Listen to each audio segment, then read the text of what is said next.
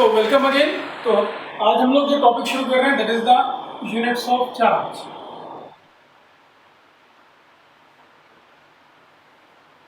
तो सबसे पहले हमारे पास आता है SI system.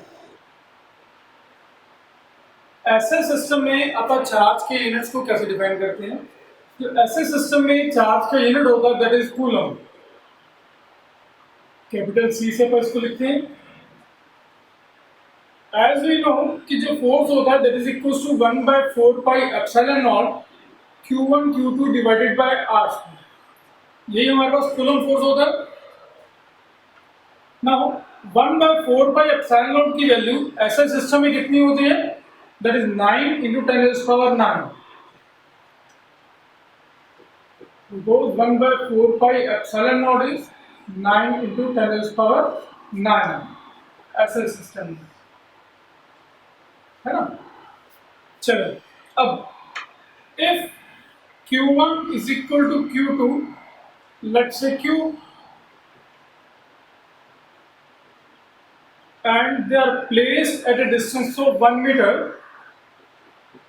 such that force is 9 × 10⁹ Newton।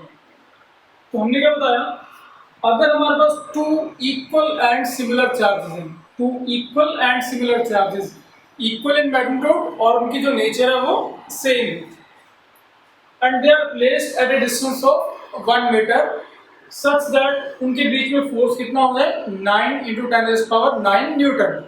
तो उस केस में इन सबकी वैल्यूज पुट करें 9 × 10⁹ is equal to 9 × 10⁹ Q × Q divided by 1 square. ठीक है, सबकी वैल्यूज अपन ने पुट कर दी। Then we get Q² is equals to 9 × 10⁹ divided by 9 × 10⁹. So we get Q² is equals to 1 और Q is equals to ±1 coulomb. तो हम लोग 1 coulomb of charge को कैसे डिफाइन करते हैं, when two equal and similar charges are placed at a distance of 1 meter such that the force of interaction between them is 9 × 10⁹ Newton, then the magnitude of charge is said to be 1 coulomb. ठीक है, तो ये हमारे पास definition रहेगी ऐसे system में 1 coulomb की, that when the two equal and similar charges are placed at a distance of 1 meter such that the force of interaction between them is 9 × 10⁹ Newton, then जो magnitude of charge होगा that is said to be 1 coulomb. ठीक है, so next हमारे पास है CGS system. CGS system में जो unit of charge होते हैं that is stat coulomb.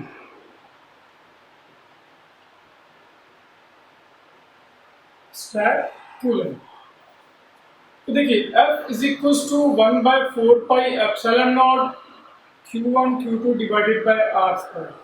And we know कि जो सीजीएस सिस्टम होता है उसमें जो 1/4 पाई एप्सिलॉन नॉट की वैल्यू कितनी होती है that is 1। So Q1 Q2 divided by R square, because 1/4 pi epsilon naught is equal to 1 in CGS system. So, if Q1 is equal to Q2 is equals to Q and R is equals to 1 centimeter such that force is equals to 1 down, तो उस case में इन सब की values put करें then we get 1 is equals to 1 Q1 × Q2 is Q × Q divided by R square is 1 square, then we get Q² is equals to unity और Q is equals to ±1 stat coulomb. So हम लोग 1 stat coulomb को कैसे define करेंगे, when two equal and similar charges are placed at a distance of 1 centimeter such that the force of interaction between them is 1 down, then the magnitude of charge is said to be 1 stat coulomb. ठीक है, then जो CGS units को हम लोग ईएसयू भी बोलते हैं, electrostatic units. ठीक है, और फ्रैंकलिन भी बोलते हैं। ठीक है, फ्रैंकलिन भी यूनिट्स होते हैं सीजीएस में और ईएसयू भी बोलते हैं अपन electrostatic unit.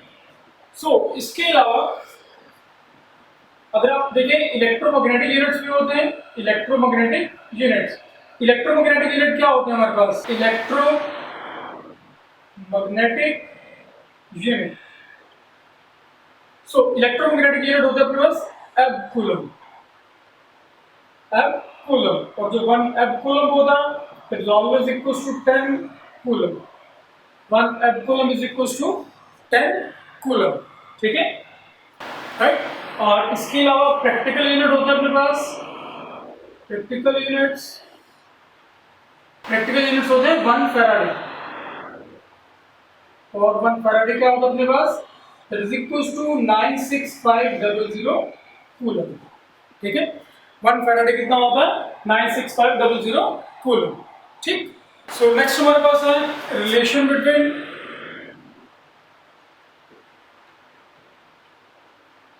Coulomb and stat coulomb. तो जो चार्ज ऑन इलेक्ट्रॉन होता है in CGS, that is 4.8 into 10 to the power minus 10 stat coulomb, and we know that कि in SI जो चार्ज ऑन इलेक्ट्रॉन होता है that is equals to 1.6 into 10 to the power minus 19 coulomb। ठीक है, तो देखिए ये भी चार्ज ऑन इलेक्ट्रॉन है और ये भी चार्ज ऑन इलेक्ट्रॉन है, दैट मींस दोनों की वैल्यू सेम होनी चाहिए, सिस्टम कुछ भी हो। एज वी नो कि जो हमें पता है कि numerical value into unit that is always equals to constant. That means एक सिस्टम में that is equals to another system. So one system में n1 कितना है? That is 4.8 into 10 to the power minus 10, और u1 कितना है? Statcoulomb. और n2 क्या है अपने पास? 1.6 into 10 to the power minus 19, और u2 क्या है? That is coulomb. So we get 1 coulomb is equals to 4.8 into 10 to the power minus 10 divided by 1.6 into 10 to the power minus 19, it is stat coulomb. So cancel करें तो अपने पास क्या मिलेगा? That is 3 into 10 to the power minus 10 into 10 to the power plus 19 stat coulomb, which is equals to 3 into 10 to the power 9 stat coulomb। तो हमारे पास relation क्या आ गया? That 1 coulomb is equals to 3 into 10 to the power 9 stat coulomb। It's very important relation, आपको याद रखना है। 1 coulomb is always equals to 3 into 10 to the power 9 stat coulomb। ठीक है, ये रिलेशन हो जाएगा कूलम और स्टैट कूलम में, राइट। सो हमारा जो नेक्स्ट टॉपिक है दैट इज डाइलेक्ट्रिक कांस्टेंट और द रिलेटिव परमिटिविटी और स्पेसिफिक इंडक्टिव कैपेसिटी। तो डाइलेक्ट्रिक कांस्टेंट को हम लोग डिफाइन कैसे करते हैं? देखिए, लेट्स सपोज हमारे पास दो चार्जेस हैं Q1 and Q2 and they are placed at a fixed distance of r। ठीक है, क्या बताया अपन ने कि हमारे पास दो चार्जेस हैं Q1 एंड Q2 और इनको अपन ने एक फिक्स्ड डिस्टेंस r पे प्लेस कर दिया। तो इन दो चार्जेस के बीच का फोर्स एयर में कितना होगा? ठीक है, डिवाइडेड बाय, अगर इसी पेयर को हम लोग किसी मीडियम में ले जाएं तो उनके बीच का जो फोर्स क्या होगा वो कितना हो जाएगा? तो इन दोनों फोर्सेस की जो रेशियो होगी that is the force of interaction between the two charges in air to the force of interaction between the two charges in the medium. Pair same रहेगा, डिस्टेंस फिक्स रहेगा, तो जो फोर्स होगा इन charges के बीच में air में divided by the force between the similar pair in the medium, इस ratio को हम लोग क्या बोलते हैं? That is dielectric constant. ठीक है, तो अगर आप यहाँ पे देखें हमें पता है कि फोर्स इन एयर कितना होता है? That is 1/4 pi epsilon not Q1 Q2 divided by r square, और फोर्स इन मीडियम कितना होता है? That is equals to 1/4 pi epsilon, है ना। हमने पीछे बताया था कि मीडियम के लिए क्या यूज करते हैं? एप्सिलॉन यूज करते हैं, Q1 Q2 divided by r square. ठीक है ना, तो we get force air divided by force medium, इसको क्या बोल देते हैं? Dielectric constant. तो इन दोनों को अपन डिवाइड कर दें तो we get 1/4 pi epsilon not Q1 Q2 divided by r square divided by 1/4 pi epsilon Q1 to Q2 divided by R square. तो ये तो कैंसिल हो जाएंगे, 1/4 पाई भी कैंसिल हो जाएगा, लेफ्ट इज 1/एप्सिलॉन नॉट डिवाइडेड बाय 1/एप्सिलॉन। ठीक है, that gives you epsilon divided by epsilon naught. ठीक है, सो डायरेक्ट्रिक कांस्टेंट क्या आ गया, that is epsilon divided by epsilon naught. ठीक है, तो अब ये क्या बन गया, that is absolute permittivity of medium divided by absolute permittivity of free space और वैक्यूम। ठीक है, तो absolute permittivity of medium to the absolute permittivity of free space, इसको हम लोग रिलेटिव परमिटिविटी भी बोलते हैं। ठीक है, that is permittivity of one medium with respect to another medium, इसको हम लोग रिलेटिव परमिटिविटी भी बोलते हैं। तो हमें इक्वेशन क्या मिल गया, that k is equals to epsilon by epsilon nought, it is also called epsilon r, and also it is equals to force in air to the force in medium, and it is also called specific inductive capacitance। ठीक है, तो जो dielectric constant होता है, dielectric constant की जो value होती है that is always greater than 1। Vacuum के लिए अगर हम लोग बात करें, फॉर वैक्यूम जो k होता है इसकी वैल्यू होती है +1। ठीक है, and for air its value is 1.006। ठीक, एंड फॉर ग्लास के लिए जो k की वैल्यू होती है that varies between 3 to 4, and for mica k varies from 3 to 6, and for hydrogen, अगर आप हाइड्रोजन की बात करें, हाइड्रोजन की इसकी वैल्यू होती है 1.0026, and for metals the value of k is always equals to infinity। for water the value of k is equals to 80 to 81 very करती है। ठीक है, तो आपको ध्यान क्या रखना है, आपको जस्ट मेटल्स के लिए, वाटर के लिए, ठीक है, एंड फॉर एयर और वैक्यूम, ये आपको ध्यान में रखने हैं। ठीक, तो इट्स वेरी इंपॉर्टेंट, के जो होगा that is always greater than 1।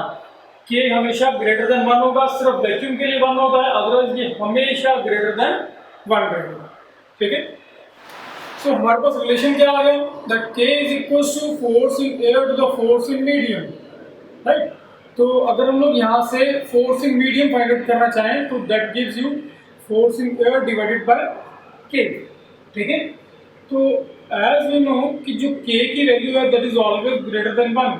अगर k हमेशा ग्रेटर देन 1 होगा दैट मीन्स जो फोर्स इन मीडियम होगा that is always less than force in air. ठीक है, ये चीज ध्यान रखेंगे। देखिए कैसे होगा ये, देखिए k कितना होता है, k is equals to force in air divided by force in medium, और k क्या है, ग्रेटर देन 1। अगर k ग्रेटर देन 1 है that means force in air to the force in medium that is also greater than 1। That means यहाँ से क्या मिला, force in air is always greater than force in medium. तो जो दो charges के बीच का जो फोर्स होगा एयर में that is always greater then the force between the similar pair in the medium. इसका मतलब क्या हुआ कि जैसे ही चार्जेस के पेयर को हम लोग मीडियम में ले जाएंगे तो उनके जो बीच का फोर्स ऑफ इंटरेक्शन है वो हमेशा कम हो जाएगा। ठीक है, फॉर एग्जांपल लेट्स से हम लोग k की वैल्यू 81 ले लें फॉर वाटर, और हम लोगों ने क्या किया, ये जो पेयर ऑफ चार्जेस था इसको हम लोग वाटर में ले गए, तो force in air to the force in medium that is equals to k, and the force in water that becomes equals to force in air divided by k, which is equals to force in air divided by 81। that means कि जो दो charges थे इनके बीच जो force था air में that becomes 1/81 times in water। That means कि water में जाके इन्हीं चार्जेस के बीच का जो फोर्स है वो बहुत ज्यादा कम हो जाएगा, that becomes 1/81 times the force in air. ठीक है, तो हमेशा ध्यान रखेंगे जब भी किसी भी चार्जेस के पेयर को हम लोग मीडियम में लेके जाएंगे तो उनके बीच का जो फोर्स ऑफ इंटरेक्शन होगा वो हमेशा कम हो जाएगा। फोर्स ऑफ अट्रैक्शन हो चाहे फोर्स ऑफ रिपल्शन हो वो हमेशा कम हो जाएगा। ठीक है, सो हम लोग एक क्वेश्चन देखते हैं। Find the absolute permittivity of a medium whose dielectric constant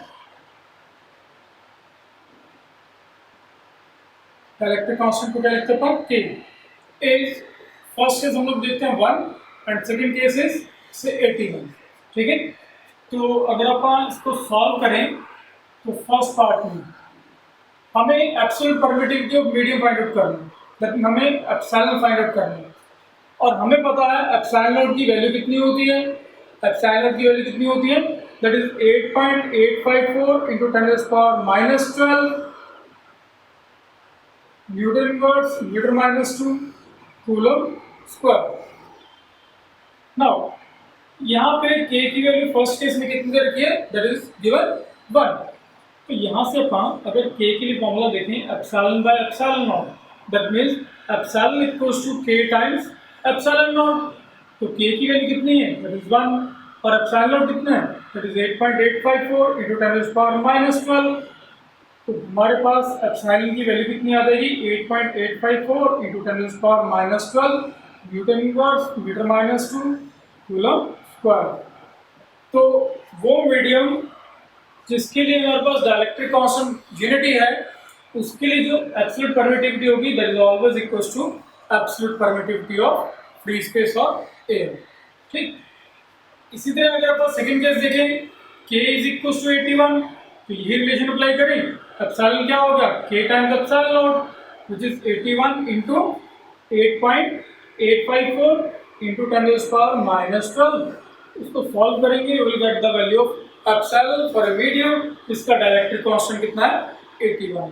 so it's very important, ये आपको 1 और 2 मार्क्स में क्वेश्चन आ सकता है कि हमें किसी मीडियम की एब्सोल्यूट परमिटिविटी फाइंड आउट करनी है जिसके लिए डाइलेक्ट्रिक कांस्टेंट दे रखा होगा। ठीक है, हमारा नेक्स्ट टॉपिक है दैट इज सुपरपोजिशन प्रिंसिपल। ये क्या स्टेट करता है कि that the net force on a given charge due to the other charges present near the given charge that is always equals to vector sum of all the individual forces acting on the given charge due to the charges surrounding the given charge। मतलब क्या हुआ कि अगर हमारे पास एक given charge है Q0, ठीक है, और इसके सराउंडिंग में हमारे पास नंबर ऑफ चार्जेस पड़े हैं Q1 Q2 Q3 so on Qn, such that कि जो गिवन चार्ज है इसके ऊपर फोर्स लग रहा है due to the other charges. ठीक है, तो जो नेट फोर्स होगा on the given charge that is always equals to vector sum of all the individual forces acting on the given charge. जैसे हम लोग देखें कि एक चार्ज है Q0, ये हमारा गिवन चार्ज है, सराउंडिंग में हमारे पास नंबर ऑफ चार्जेस पड़े हैं से Q1 Q2 से Q3 एंड Q1। ठीक है, तो Q1 इज रिपेलिंग Q0, तो ये क्या होगा force on Q0 due to Q1। Q2 repel कर रहा है, लेट्स सपोज ये क्या होगा force on Q0 due to Q2। Similarly यहाँ पे रिपल्शन हो रहा है, that is force on Q0 due to Q3, ये भी रिपेल कर रहे हैं force on Q0 due to Q1।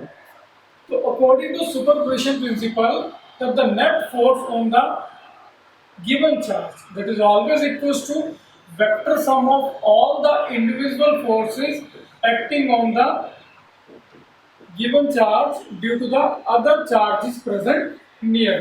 Simple सी बात है कि जितने भी हमारे पास फोर्सेस लग रहे हैं उन सबका vector sum that is equals to net force. तो अगर आप यहाँ पे देखिए F01 इसकी वैल्यू पुट कर दें 1/4 pi epsilon not Q0 into Q1, इन दोनों के बीच का फोर्स देख रहे हैं, चार्ज Q0 होगा और एक Q1 होगा और ये क्या होगा डिस्टेंस फ्रॉम 1 to 0। ठीक है, डिवाइडेड बाय क्या हो जाएगा R01 square into R10 divided by क्या हो जाएगा R10 स्क्वायर R10 क्या है ना, यूनिट वेक्टर सिर्फ और सिर्फ डायरेक्शन के लिए यूज करते हैं, तो इसके लिए डायरेक्शन क्या बन जाएगी 1 to 0।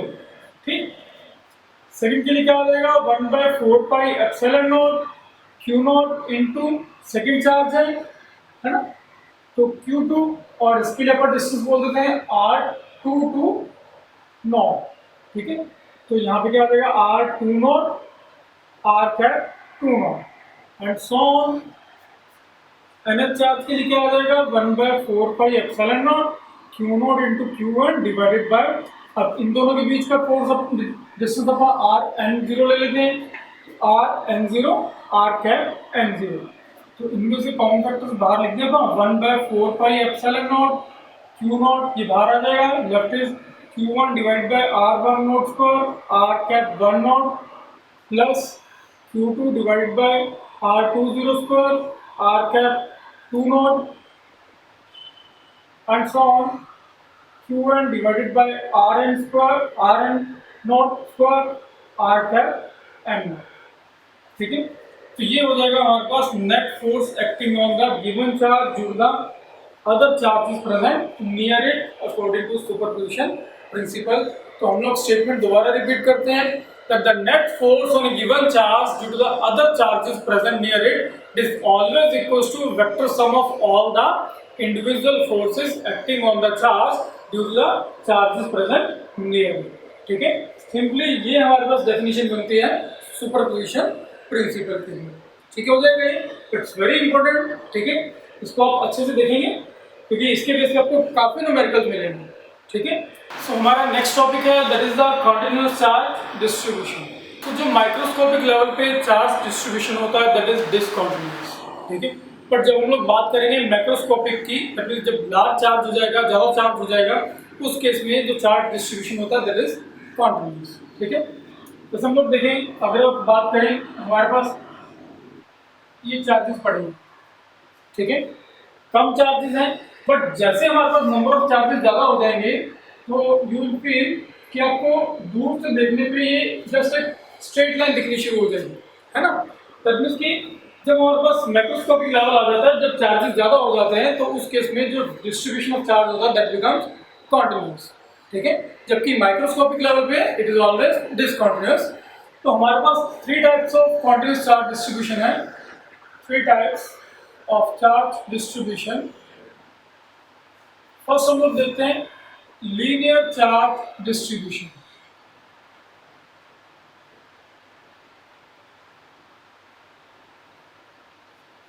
तो लीनियर चार्ज डिस्ट्रीब्यूशन क्या होता है कि जब चार्ज एक लाइन के ऊपर डिस्ट्रीब्यूटेड होता है तो इसको बोलते हैं लीनियर चार्ज डिस्ट्रीब्यूशन। ठीक है, charge is uniformly distributed over the line. तो अब अगर हम लोग कहें कि यहाँ पे एक छोटा सा पार्ट ले लेते हैं जिसकी लेंथ है dl, सच दैट इस लेंथ के ऊपर चार्ज है dq। ठीक है, तो हम लोग एक क्वांटिटी डिफाइन करते हैं that is called the linear charge density. Linear charge density, इसको हम लोग लैम्डा से लिखते हैं and it is always equals to dq divided by dl। That is charge per unit length is called the linear charge density। ठीक है, dq क्या होगा, स्मॉल चार्ज होगा on the small length dl। ठीक है, small charge on small length, है ना। तो लीनियर चार्ज डेंसिटी के लिए फॉर्मूला क्या बनता है, that is always equals to dq by dl। और अगर हम लोग dq फाइंड आउट करना चाहेंगे that is equals to lambda into dl। ठीक है, तो अब हम लोग सपोज कर लें कि ये जो लेंथ dl है, ये जो एलिमेंट है dl, इससे डिस्टेंस r पे एक चार्ज q पड़ा है, that is given charge q। तो उस केस में इनके बीच का जो फोर्स ऑफ इंटरेक्शन होगा वो क्या हो जाएगा, that is 1/4πε0 q into dq divided by r square.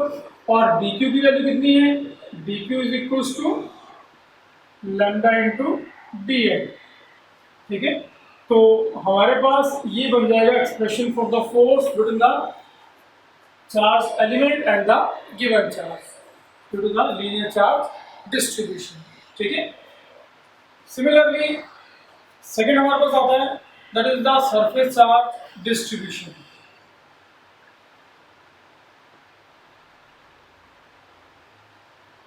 Surface charge distribution, तो सरफेस चार्ज डिस्ट्रीब्यूशन में क्या होता है कि अगर चार्ज हमारे पास यूनिफॉर्मली डिस्ट्रीब्यूटेड है ओवर द सरफेस, ठीक है, तो उस केस में इसको हम लोग बोलते हैं सरफेस चार्ज डिस्ट्रीब्यूशन, ठीक है।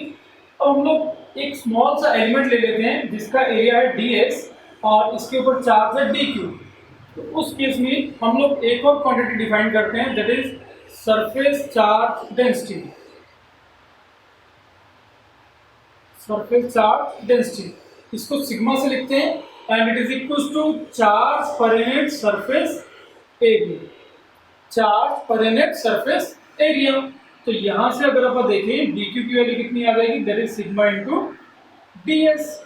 तो अगर अपन इस एलिमेंट से डिस्टेंस r पे कोई भी चार्ज q सपोज कर लें, तो उस केस में इन दोनों के बीच का जो फोर्स होगा that is 1/4 pi epsilon not q into dq divided by r square, और dq की वैल्यू पुट कर दें 1/4 pi epsilon not q into sigma into ds divided by r square. तो ये हमारा एक्सप्रेशन हो जाएगा for the force between the element and the given charge according to the surface charge distribution when the charge is distributed over the surface, ठीक है। So the third type है that is the volume charge distribution. Third is the volume charge distribution. तो volume charge distribution में क्या होता है कि अगर हमारे पास कोई 3 डायमेंशनल बॉडी है जिसके ऊपर चार्ज यूनिफॉर्मली डिस्ट्रीब्यूटेड है, तो उसको हम लोग बोलते हैं वॉल्यूम चार्ज डिस्ट्रीब्यूशन, ठीक है। Charge is uniformly distributed over the surface, ठीक है। तो अब अपन इसमें एक स्मॉल एलिमेंट कंसिडर कर लें। लेट्स सपोज ये एलिमेंट है, इसका वॉल्यूम dv है और इसके ऊपर चार्ज है dq। तो हमारे पास एक थर्ड क्वांटिटी आ जाएगी that is called the volume charge density.